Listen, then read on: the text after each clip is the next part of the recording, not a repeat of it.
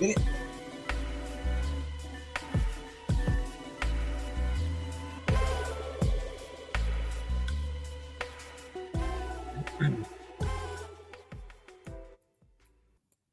is going on, everybody? I am Rob Westerman, the third of GBP Daily, and welcome to the Rob Westerman Show. You can find me all over social media at GBP Daily, and if you could please subscribe to the YouTube channel, I would greatly appreciate it. Like the video, throw a comment down in the comment section. That really helps me a ton. It is Thursday, October 3rd, and we are officially moving on from the beatdown we had on Sunday against Minnesota. I think I speak for everybody on that one. All eyes moving forward towards the Los Angeles Rams. That is Sunday, 3:25 game out in Los Angeles. The Rams overall are a little injury bitten right now. Unfortunately, they are missing their two starting guards. They're also missing both Puka Nacua and Cooper Kupp. But those guys are not playing this weekend. Bad news for them, which is unfortunate. You always want to play somebody at full strength. But those guys are not playing this weekend. Matthew Stafford has just 2 touchdowns and 2 interceptions through 4 games so far. Definitely an underwhelming start for him. But we know as well as anybody, he can turn it on at any given moment, any given game. So let's just make sure that it's not against us, shall we? As always, Nicolay Law Hotline. I want to hear from you. Join the show 319-242-2332. What are your predictions for this weekend's game between the Packers and the Rams? I want to know the score, who wins, and why. Give me a call. Join the show. I'm taking calls right now. Who wins and why? I want to hear from you guys. Some Packers news specifically. Jordan Love practiced in full today, which is awesome news. No lingering effects from last weekend's game as far as his MCL goes. Jair Alexander, Kenny Clark, and Elton Jenkins all returned to practice. Meanwhile, Edgerrin Cooper, Romeo Doubs, Christian Watson, Luke Musgrave, and Devontae Wyatt did not practice today. So an interesting one from that little group is Romeo Doubs. Romeo missed today's practice due to a personal reason. And when asked about it after practice, coach said he was not sure when he would be back. Didn't necessarily comment a whole lot about it. So that'll definitely be something to keep our eyes on as we get closer to Sunday's game. Christian Watson is already not going to be playing. He had a high ankle sprain out of last weekend's game against Minnesota. And with Romeo Doubs missing practice today, hopefully he's back tomorrow for the Friday practice. And if not, then hopefully this Sunday for the game. Time to jump into some questions here. Thank you guys for hopping on, joining me on this beautiful Thursday evening. As I said earlier, give me a call on the Nicolay Hotline, 319-242-2332, and let me know what your predictions are for this Sunday's game between the Packers and Rams. I'm taking callers right now. Would love to hear from you. Be a part of the show. Erica's in the comments, 34-17 Packers. Love it. Salute from Sao Paulo, Roman. Good to see you. Salute from the United States. Hope you're having a great Thursday. Thanks for hopping on. Eli starting us off strong. I'm ready for this weekend's game and to wake up on Victory Monday at 3-2. I'm with you, Eli.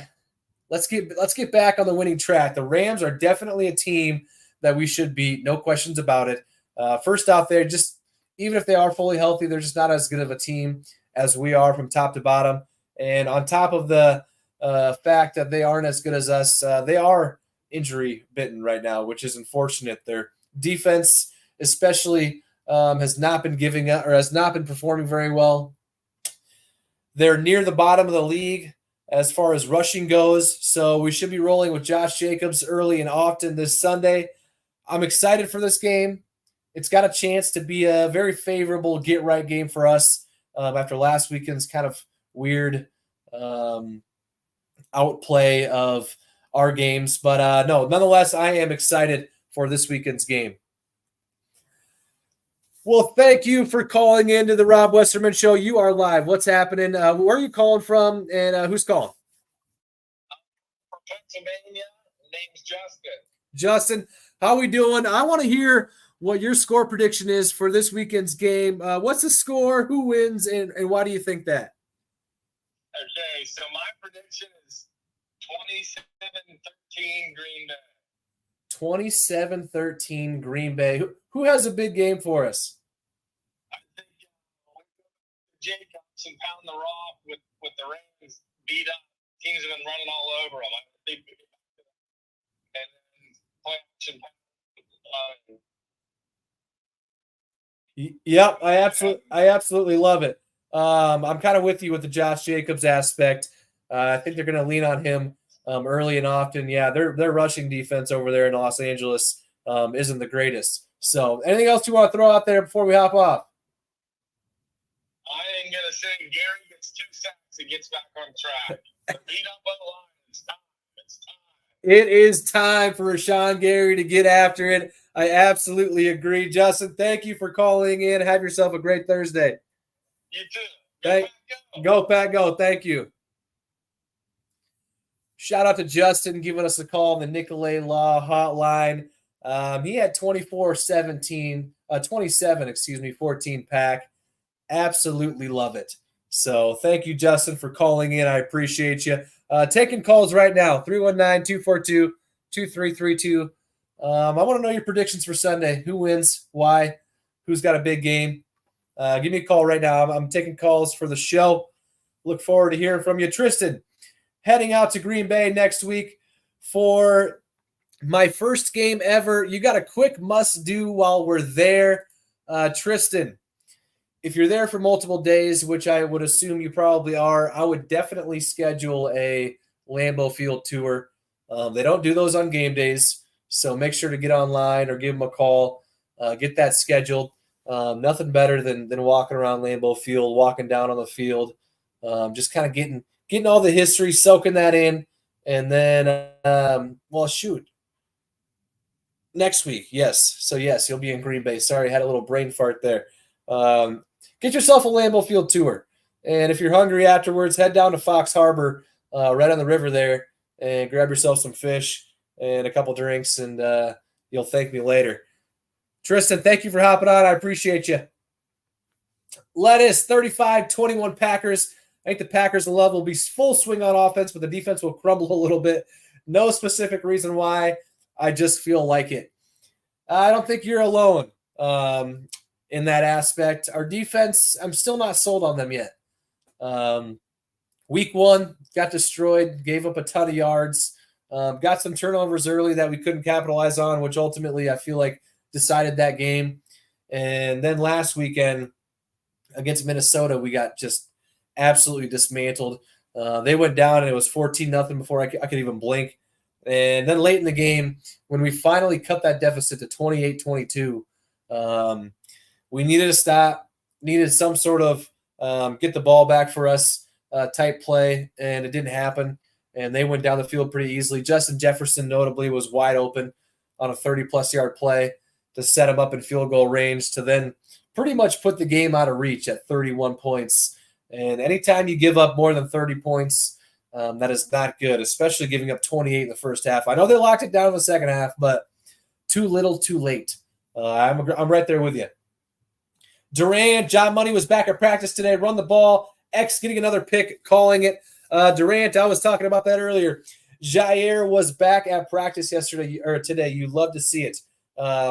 As far as predicting another Xavier McKinney interception, I feel like I said this last week.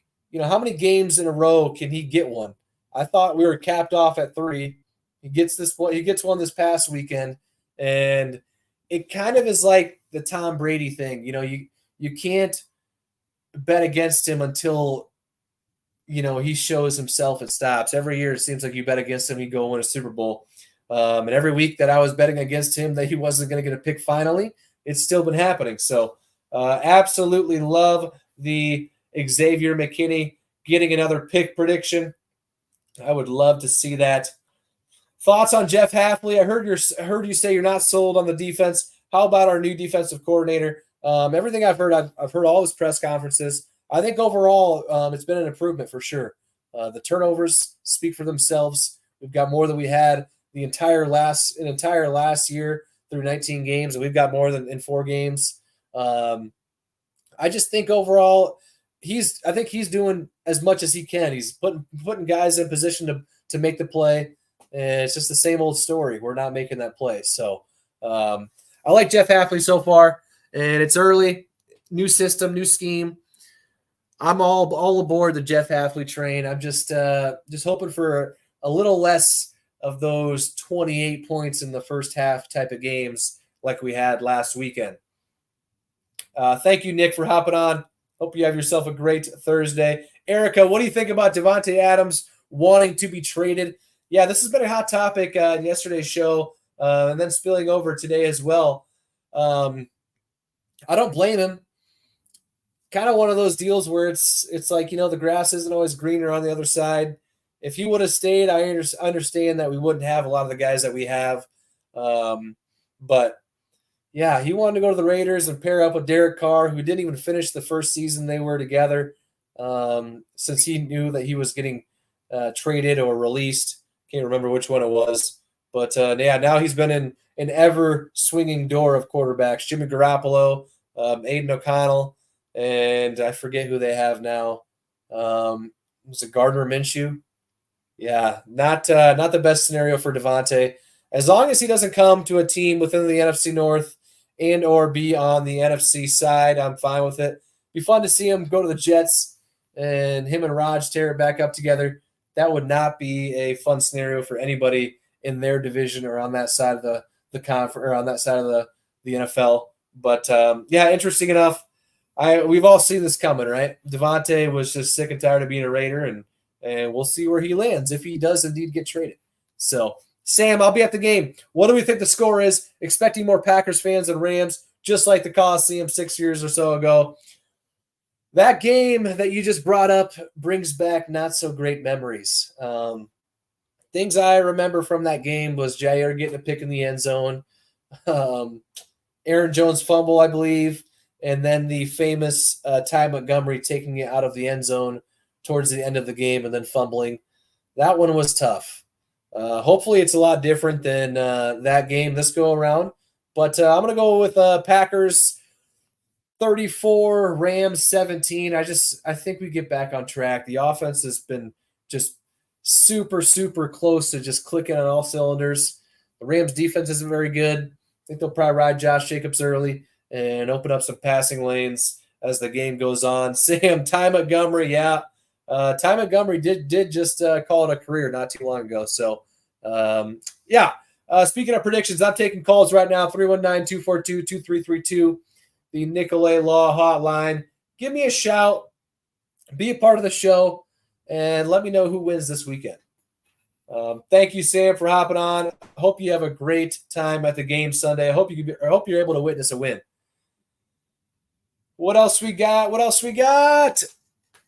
Rick, the Packers need to break the California curse and win this one on Sunday. Rick, I'm glad you brought that up. I was talking about it yesterday. We have not won against the Rams in the state of California since 1966, which is crazy to think about. We brought up that game at the Coliseum 6 years ago. And, yeah, we have not won in California against the Rams for quite some time. So, yeah, hopefully we can break that curse. And on top of that, this will be the 100th overall meeting between the Rams and Packers. Crazy enough. The Packers are leading that series, I think 52-47 or 52-40-something, 50-40. It's pretty close. So, we're 2-1 against them in the postseason. So, look at that. DeReal, I feel like Davante's going to the Jets. He's putting himself in a situation because he doesn't know how long Rodgers has left in his career. Yeah, and that would be kind of funny, for him to go to the Jets. And the reason he left the Packers was because he didn't know how much longer Raj has. And here we are years later. And he could be very well joining the Jets with Aaron at quarterback, still not knowing how much left he has in the tank. So a little ironic, right? Nick is in the house. Nick, most impressive Packer so far through 4 games. Nick, this is an easy one for me. You've got to go with Xavier McKinney, right? 4 picks, 4 games. I think I've talked about him on my show more than any other player because he's just been that good. He's been absolutely locked down at the safety spot for us and has really become a leader in the locker room. I was listening to Aaron Nagler and Andy Herman earlier today, and they were saying the same thing. Xavier was asked in the locker room about Braden Narveson and his struggles, and he went to bat for him. Pretty much said, he has the utmost confidence in him as a kicker, and just overall sending him a message, that says, hey, we've got your back and we believe in you. And this is coming from one of the true leaders in the locker room overall the team. And so, Xavier McKinney for sure. Always love to see that from a teammate, especially when you look around the league and see all the headlines that get made from players that aren't really doing what Xavier's doing, speaking out loud, boosting his confidence, instead of kind of going the other way, saying things like, I just control what I can control, or it's not my job to worry about the kicker, blah, blah, blah. Xavier's going out to bat for him, which you love to see. So, and it looks like Braden will be our kicker moving forward for the foreseeable future. Now, if he does have another blunder of a game, a couple missed field goals or something of that aspect, then I do expect them to look elsewhere. But right now, it's Braden Narveson. So shout out to Xavier McKinney for going to bat for our kicker. And I know this wasn't a part of your question, but I'll add it on. I'm going to throw out a least impressive player so far, and that's Rashawn Gary. And Justin said it earlier on the phone call, the Nicolay Law hotline. He's predicting Rashawn Gary to get 2 sacks this weekend and get back to where we know he can play. And when I say he's the least impressive, I'm not going out on a limb and saying he's been awful. He's got 1 sack. There was another sack that he had that was negated by a Preston Smith offsides. I just know he can play so much better, and I truly believe that he will play a lot better moving forward. New defensive scheme. Weeks 1 and 2, we kind of had a game plan of really trying to keep the quarterback in the pocket, so I understand why there hasn't been a ton of disruption for him, at least early on. But Jeff Hafley said it best earlier in his presser. He said he needs to get more out of Rashawn, and Rashawn needs to get more out of him, as in Jeff Hafley. So I'm rooting for Rashawn. He needs a couple sacks, and sacks come in bunches. So I'm gonna go with Justin here and say he gets 2 sacks this weekend. So with that, let's get our Packers fact of the day rolling, shall we? Let's do it.